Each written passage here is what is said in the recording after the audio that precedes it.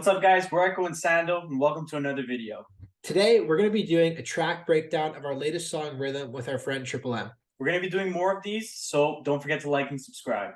So just before we get into this, guys, this is obviously the final project that we use to mix the track before we sent it out for mastering. So obviously what you're going to see here are the stems. We don't really have a lot of the MIDI left over, but you'll still be able to get a good idea as to what went down with the song. So first, to talk a little bit about the track, we wanted to kind of make our own genre in this case. So using multiple genres that are already in the scene and kind of fusing them together. First, we'll jump in with the leads.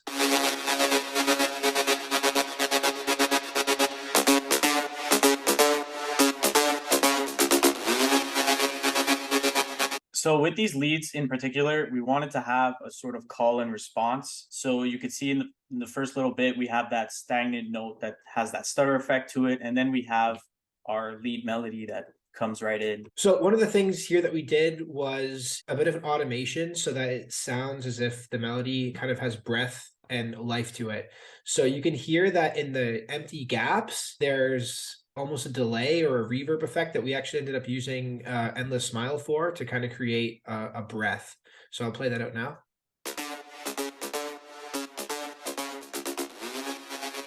When we moved on to the second portion of the first drop, we kind of focused more on the melody aspect instead of the stagnant notes.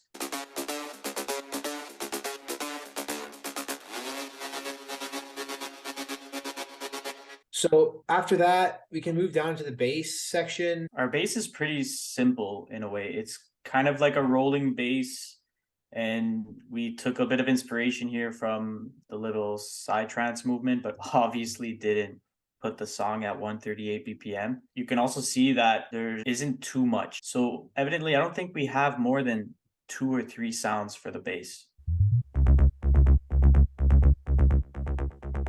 So as you can see there, like Steve said before, the bass isn't doing too much. It's taking up the space that it needs to. And what this did was it allowed for us to be able to utilize different aspects of the track to fill it out more. So when you combine the basses as well as the leads, throw in the effects that we have as well as the drums to help move the drops more. It's minimal in the sense that we're not using a lot of different sounds to help structure the melodic portion of it, but the effects and the drums are doing a lot to help with carrying the drop through and giving it a rhythm. Okay, so once we had this basis laid out, we had to try to figure out what we were going to do to get to the drop.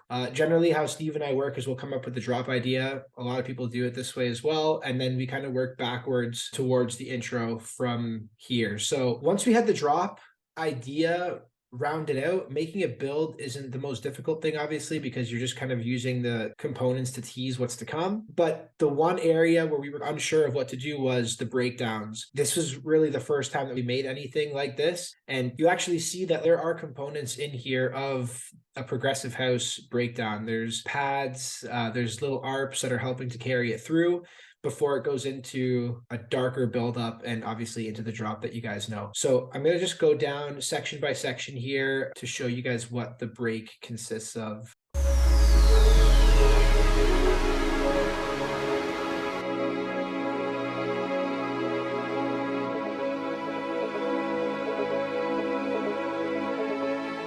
So as you guys can see here, there's our touch from the progressive house music that Steve and I have made in the past. Within this, we also have some different downlifters and effects to help carry on the transition.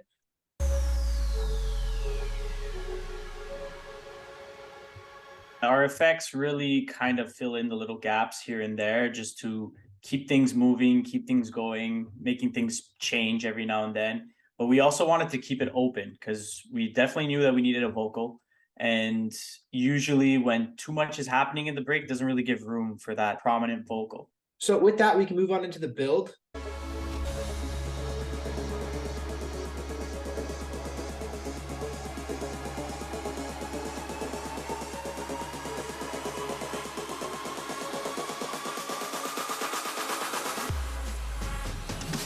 So first things that we did here, we have some transitional elements to take us from the end of the break into the buildup. And then within that, we also have a couple of risers as well.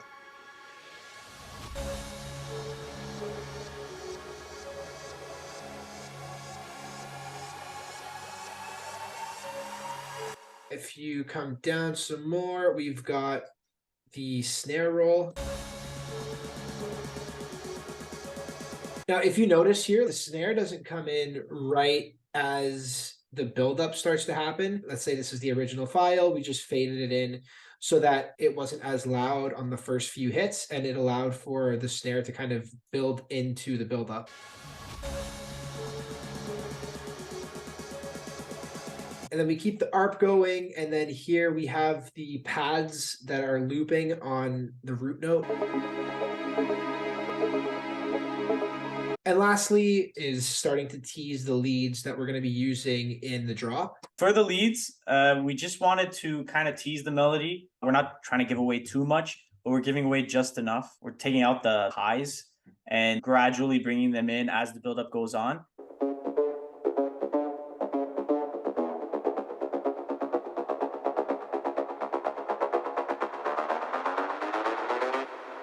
And as you can see there, just in the last couple of bars, we have the pitch up. Okay, so now that we've gone through the opening break, the build, and the first drop, we'll get into the second break. And this was another area here where Steve and I weren't exactly sure what we should be doing with respect to like a direction. Nice way of saying it is we had no clue what to do. I actually called him laughing because I thought it was the most random thing you could possibly add in a track that just hit pretty hard in the drop and is mainly used in clubs and festivals. And just the fact that it worked perfectly just made it even better. So for the trumpet, the only modifications really that we did to it from the sample was we, first of all, pitched it so that it fit with the key of our track. We had some other processing that we did to help beef the sound a little bit more. This is the trumpet on its own, and as we're coming out of the drop, we have a little reverse that's teasing the sound so it doesn't just come out of nowhere.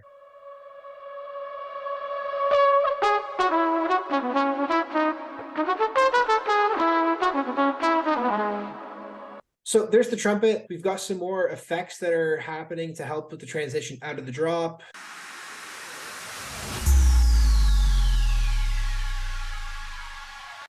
We've also got our break bass that comes back, and then we have just some additional like synth and pad elements that are helping to just fill out the rest of the space.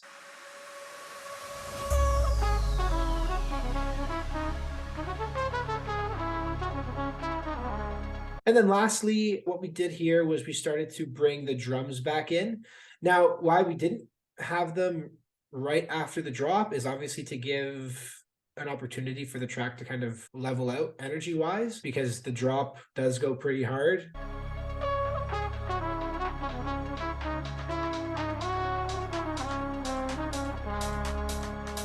And then here we start to bring the kick in, and again, we want to just start to make people know that the track's starting to pick back up before we go back into the second build. Overall, the second build is relatively similar to the first, just with respect to the sounds that we used. There are a few differences just with a couple of the elements, one being that we added in a kick in the second build.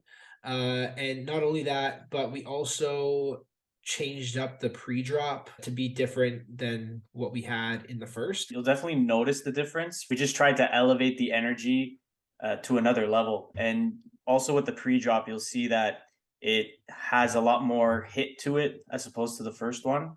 So let's take a look.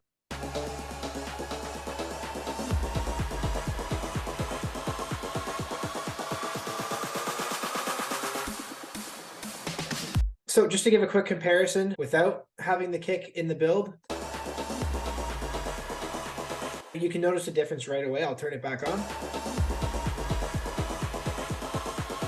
And then here we've got fills that we ended up splicing together. And then the main difference here in the second drop is just that as opposed to the first, what we did was we reversed the order in which you hear the melody. On the first drop, we started with the long sustain note. Whereas with this, because we were trying to make the second drop hit harder than the first one, we decided to go with the shorter, pluckier melody to start this drop.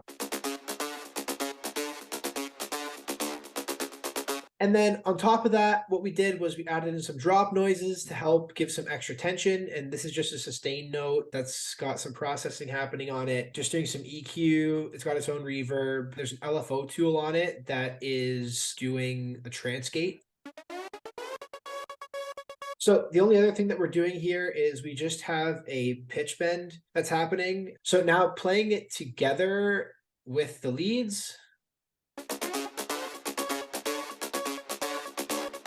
So as you can see, it's just playing over top of the leads. It's not really getting in the way of what's going on there. And if I turn this off, it just feels like something's missing.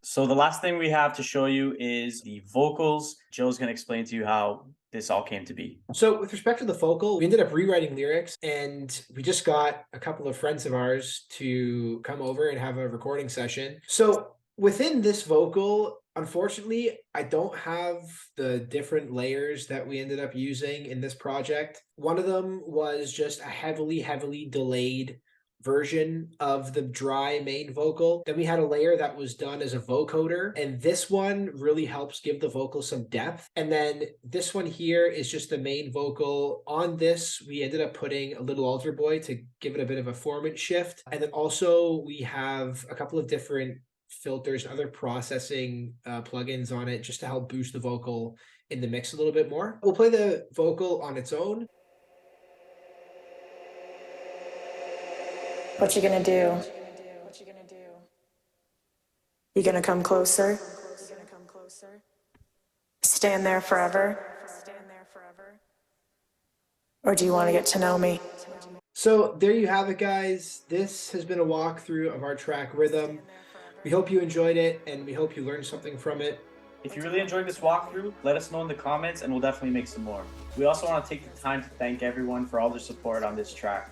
We really appreciate it, and your support means everything to us. So thank you guys for dropping by the channel. This is our second video, and we will see you guys again next Friday. Peace out.